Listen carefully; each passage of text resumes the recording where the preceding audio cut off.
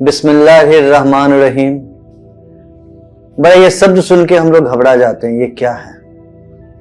बिस्मिल्लाह मतलब अल्लाह के नाम पर हम शुरुआत करते हैं। किस चीज का? जो कोई भी काम की शुरुआत में हम लोग इन बातों को यूज करते हैं, ये दुआ को पढ़ते हैं उस अल्लाह के नाम पर जो रहीम भी है, जो रहमतगार है और रहमान भी है, बड़ा भी है, हमसे काफी सर्वव्याप्त है, जिसको हम ईश्वर बोलते हैं। अल्लाह हो, ईश्वर हो, गॉड हो, सभी एक ही हैं। हम उनके नाम पे, उनके समर्पण में इस बात को करते हैं।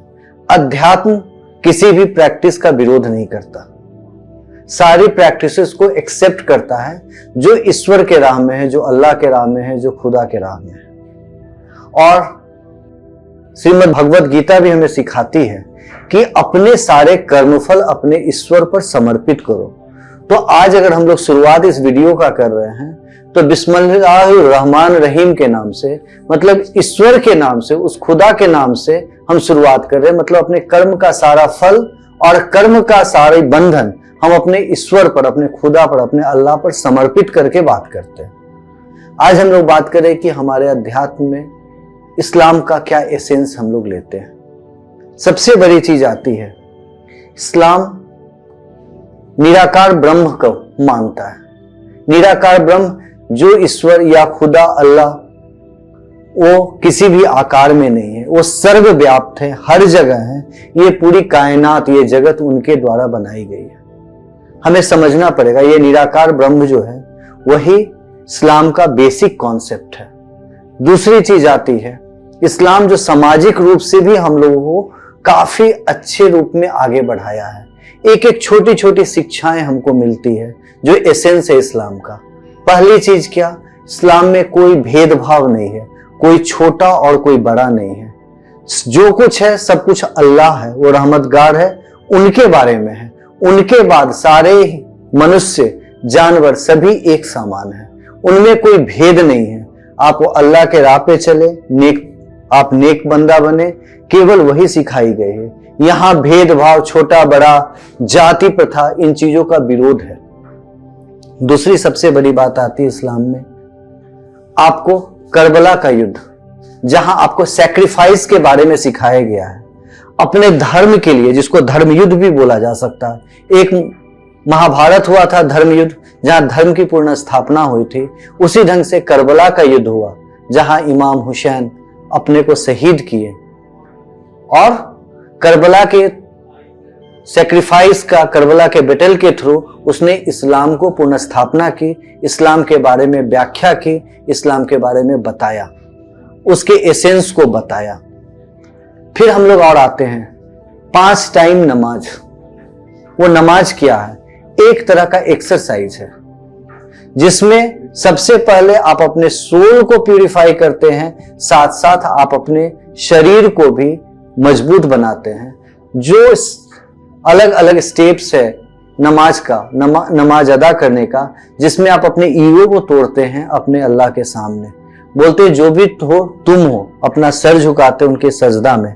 ये बहुत बड़ी बात है। जिस समय आप अपने ईगो को छोड़ते हैं, अपने आप को भूलते हैं, मतलब उस समय आपके साथ सिर्फ वो अल्लाह होता है, वो खुदा होता है, जिनके साथ आप जुड़ जाते हैं। उस समय आपका मैं खत्म हो जाता है, वो ईगो खत्म हो जाता है। साथ ही साथ जो स्टेप्स है हम लोग नमाज में अदा करते हैं, वो सारे स्टेप्स आपके फिजिकल फिटनेस को भी डेवलप करता है। तो अगर कोई 5 टाइम नमाजी है तो हम लोग आज के समाज में, हमको जिम जाने की जरूरत नहीं है, आप बहुत ज्यादा ही स्वस्थ रहेंगे।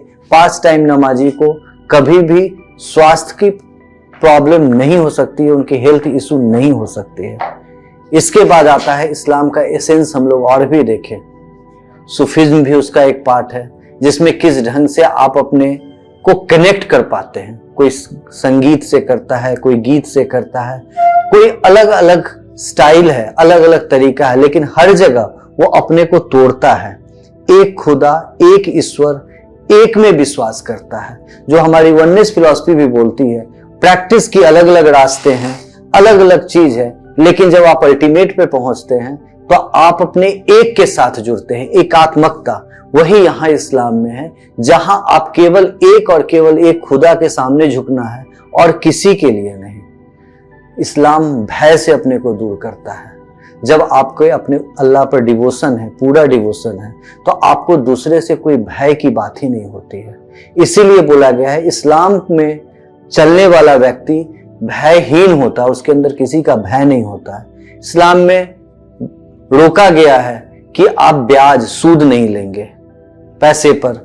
आपको अलग अलग फ्यूचर प्लानिंग नहीं करनी है। क्यों नहीं करनी है? क्योंकि सब कुछ अल्लाह का देन है। अल्लाह आपको आगे देखेगा। जब आपका ये उनके प्रति कॉन्फिडेंस है तो आप गलत रास्ते पे नहीं जाएंगे, आप गलत राह पर नहीं भटकेंगे। और उससे बचाने के लिए आपके पास अल्लाह की, ऊपर वाले की काफी गाइडलाइंस है, जिसमें हदीस में हम लोगों को मिलता है अलग अलग गाइडलाइंस कि आप अपने लाइफस्टाइल को कैसे लीड करें, आप अपने आप को कैसे धीरे धीरे ग्रो करें, आप अपने आप को कैसे धीरे धीरे उस रास्ते पे ले जाएं जिसको नेक दिली का रास्ता बोलते हैं, जो नेकी का रास्ता है, जो सजदे का रास्ता है। इसके लिए अलग अलग प्रोफेट भी आए हैं जिन्होंने हम लोगों को अलग अलग रास्ता दिखाई है। मौला अली, उन्होंने हमें जकात का बात बताया कि कैसे जकात क्या होता है। जकात इस्लाम का एक बहुत बड़ा पहलू है, जिसमें आप अपने हिस्से का, जो भी अर्निंग है उसका एक हिस्सा गरीब, अपने समाज के गरीब व्यक्तियों के लिए निकालें अल्लाह के नाम पर, बिना किसी ईगो को लिए हुए। वो जकात होता है जिसको आप सोशल वेलफेयर, जिसको आज हम लोग बोलते हैं, उसके लिए यूटिलाइज करते हैं। तो इस्लाम का एसेंस इतना ज्यादा है, आप उसके खुशबू से आप अगर पूर्ण रूप से डूबे हुए हैं तो आपको काफी चीज ऐसी मिलेगी जो आपको अपने आध्यात्मिक उत्थान में, आपको ईश्वर प्राप्ति में लेकर जाएगी। आज सोशियो पॉलिटिक्स के कारण हम लोग अलग अलग प्रैक्टिसेस में विरोधाभास करते हैं, विरोध करते हैं। इस्लाम को कभी हेट्रेट करते हैं तो कभी इस सनातन संस्कृति को हेट्रेट करते हैं, तो कभी बौद्ध के साथ हेट्रेट करते हैं। अगर जो इस्लाम का एसेंस ले लिया, उसको कभी किसी से मोहब्बत ही होगा, नफरत नहीं हो सकता।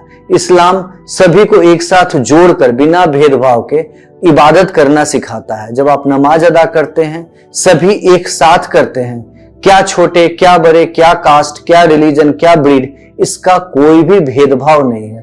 जब इन चीजों को, भेदों को भुलाकर केवल ईश्वर की उपासना आप करते हैं, तो इससे बड़ी बात क्या होगी, इससे बड़ी वननेस क्या होगी, इससे ज्यादा एकात्मकता क्या होगी। इस्लाम को पहले समझें, उसके बाद इसकी विश्लेषण करें और व्याख्या करें।